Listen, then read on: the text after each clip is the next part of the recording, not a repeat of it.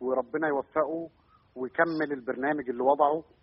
واعتقد ان منصب وزير يعني يستاهل ان احنا نقول ربنا معاه، ما نقولوش مبروك. وبالذات وزير التعليم، وبالذات وزير أيوة. التعليم. ايوه. هو انت بتقول لي خططه، هو الوزير ليه خطط؟ وزير التربيه والتعليم، لان الناس بتقول ان الوزاره تعمل بلا خطه. والله انا مندهش جدا يا استاذ جابر من ان الكلام اللي بيقولوا القله، ان الوزاره، يمكن قريت النهارده مقال لاحد الزملاء بيقول ان الوزاره بتعمل بلا خطه. انا مش عارف يعني، طب ما نقعد كده ونفكر بالمنطق شويه. وزاره ازاي تعمل بلا خطه؟ امال الوزير قاعد بيعمل ايه؟ ده رقم واحد. رقم اثنين، امال يوم 27 المهندس شريف اسماعيل رئيس مجلس الوزراء هيقول ايه قدام البرلمان؟ هيقول ايه عن وزاره التربيه والتعليم؟ هو مش كل وزاره حاطه الخطه بتاعتها بتضمنها ضمن خطه شامله، بس ما بتتنفذش يا استاذ بشير والله. ما كل الوزارات ما احنا ياما سمعنا عن خطط للوزاره. مين اللي قال ما بتنفذ؟ مين اللي قال ما بتنفذش يا استاذ جابر؟ يعني ما تيجي اعدد لك الحاجات اللي اتعملت في ال6 شهور اللي فاتت، اعددهم لك ايه، بس ده مش مجاله دلوقتي. انت قلت لي من يومين ان اللي اتعمل في ال6 شهور، لا ده وزير النقل قال اللي اتعمل في ال6 شهور اللي فات يفوق اللي اتعمل في عشرات السنين. لكن طب هبدا معاك بس بموضوع عصام حجي. انتوا طلعتوا بيان تقريبا في هذا الاطار. اسمح لي اختلف معاك يا استاذ جابر في المقدمه اللي قلتها من شويه. قلت ان يظهر ان حد بلغه. الدكتور عصام حجي عالم جليل وبنشرف كلنا بيه، ما ينفعش العالم حد يبلغه. الدكتور عصام حجي قفز الى النتيجه مره واحده وقال ان انا اتشال اسمي. ده مش منهج العلماء، يعني اذا جاز لي ان انا اعلق، ده مش منهج العلماء. منهج العلماء بيهتم بالتفاصيل اللي هتوديه للنتيجه. كان على الدكتور عصام حجي اللي بيكن له كل احترام وتقدير انه يهتم بالتفاصيل قبل ان يقفز الى النتيجه. ده عالم، ومن شيم العلماء ومن صفات العلماء ان بيهتموا بالتفاصيل. انا فوجئت بان الدكتور عصام حجي كاتب كان بيبحث عن موضوع الدكتور البرادعي، ففوجئ هو كمان بيشيل اسمه. انا ما اعرفش، حضرتك قريت الصفحات دلوقتي، صفحه 58 صفحه 59 يمكن مكتوب فيها عن الدكتور عصام حجي حاجات كتير جدا. وكمان للامانه ولحضرتك ان نفس المنهج، نفس الدرس اللي بيتدرس في مناهج السنه دي هو اللي هيكون السنه الجايه كمان ان شاء الله. يعني معنى ان هو يقول كده يعني في حاله تربص في العلماء المصريين، في حاله تربص بالنماذج المشرفه، بالمختلفين معانا في الراي يعني، والمختلفين ما فيش اي حاله تربص. ده اللجنه اللي شالت صوره الدكتور محمد برادعي محاله للتحقيق حاليا من قبل الدكتور الهلال الشربيني. يعني معنى كده انه الخطا هيتصلح. الخطا هيتصلح. المناهج كلها خاضعه للتطوير يا استاذ جابر، وهتشوف السنه الجايه المجهود بتاع السنه دي كله من بدايه العام الدراسي لحد دلوقتي هتشوفه من خلال مطالعتك للمناهج من الابتدائي والاعدادي والثانوي في الفتره اللي جايه. وانا كنت اربأ بالدكتور عصام حجي انه يقفز النتيجه كده بسرعه ويعلق ويقول ان يعني شبه حاله تربص. مفيش تربص خالص باي عالم، ده حقه وحقه علينا زي ما احنا حقنا عليه، حق مصر عليه ان هو يكون حاطط مصر نصب عينيه، زي ما احنا حاطينه جوه عينينا انه يحط مصر نصب عينيه وهو كمان. يعني اقول مثلا كلمه جوه عينينا دي، يعني انه اي عالم مصري، البرادعي، عصام حجي، اي حد ليه زويل، اي حد ليه تاثير كبير جدا على العلم في مصر والعلم في العالم، هو جوه عينين وزاره التربيه والتعليم. يا استاذ جابر ده احنا بنتلكك على الطفل اللي ياخد جايزه من بره مصر. بنتلكك بنتلكك ان احنا نفرح، احنا بندور على الفرحه. ازاي نشيل فرحه احنا فرحناها كلنا؟ انا واحد من الناس يا استاذ جابر كنت اول من استضاف الدكتور عصام حجي، اول من طلع في برامج كان من خلال البرامج اللي انا كنت يعني باشرف برئاسه تحريرها.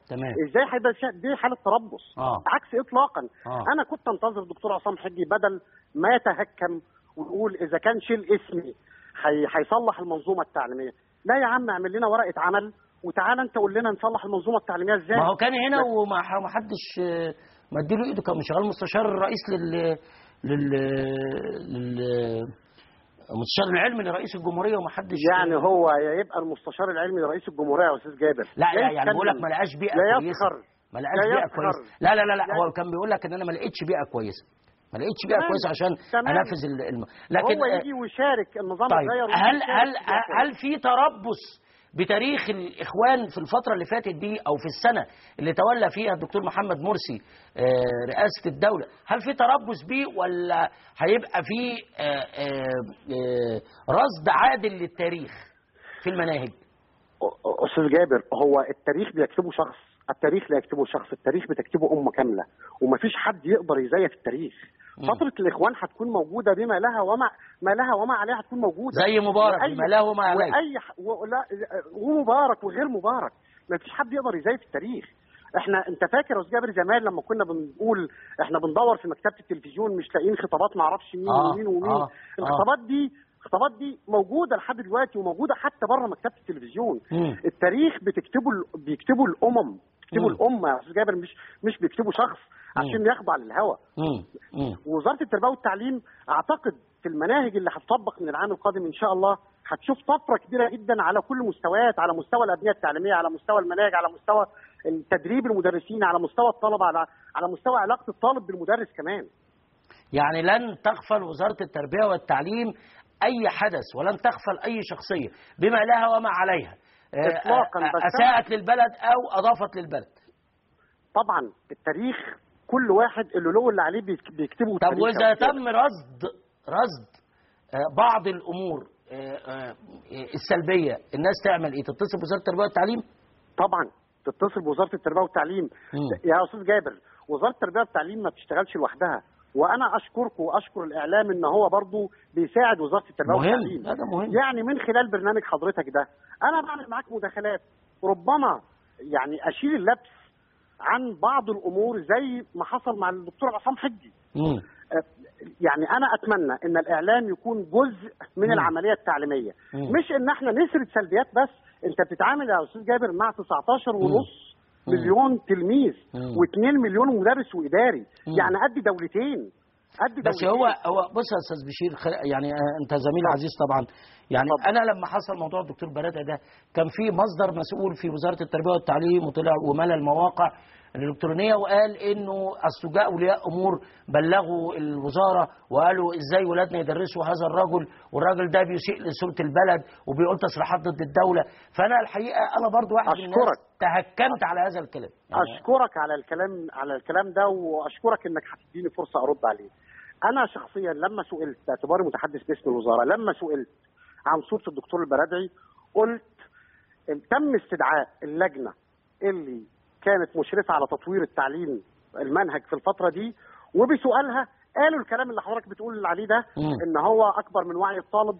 وانا قلت انا مش مقتنع بده، انا شخصيا مش مقتنع بده، ولا وزير التربية والتعليم مقتنع بده. لذلك اللجنة خضعت دلوقتي للتحقيق امبارح والنهارده، ونتيجة التحقيق ممكن تكون الاسبوع اللي جاي ان شاء الله.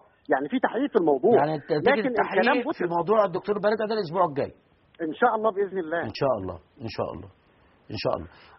والدكتور عصام حجي انت بتقول يا دكتور، وغير عصام حجي بقى، يعني خلينا في المطلق تمام. انا اتمنى الا يغفل دور محمد مرسي، سلبي ايجابي.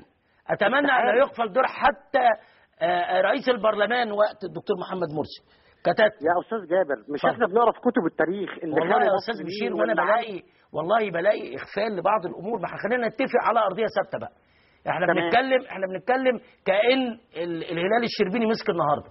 خليك بس معايا في الاطار ده، وكأن احنا اول مره بنكلم المتحدث باسم وزاره التربيه والتعليم الذي وعد بانه لن يتم اغفال اي حدث او اي شخصيه في كتب وزاره التربيه والتعليم مهما كان الاختلاف او الاتفاق معه. اطلاقا. ولو حصل ده وانا تنبهت اليه او وصلني من اي حد، هتعامل مع حضرتك ومع الاعلام بحس الصحفي، مش كوني مستشار اعلامي لوزاره التربيه والتعليم. هتعامل بحس الصحفي وهنحاز لوجهه النظر اللي حضرتك ممكن تتبناها اذا كان صحيح. طيب في صفحه على الفيسبوك، انا امبارح بيقول لي ان في صفحه على الفيسبوك ضد المناهج بتاعت وزاره التربيه والتعليم، بتقول المناهج صعبه والمناهج وناس كتير قوي منضمين للصفحه دي وبيتكلموا عن المساوئ بتاعه او صعوبه المناهج الابتدائي وهو الاخر وكده. ده معناه ان انتوا في الفتره الجايه هتتداركوا هذا الامر؟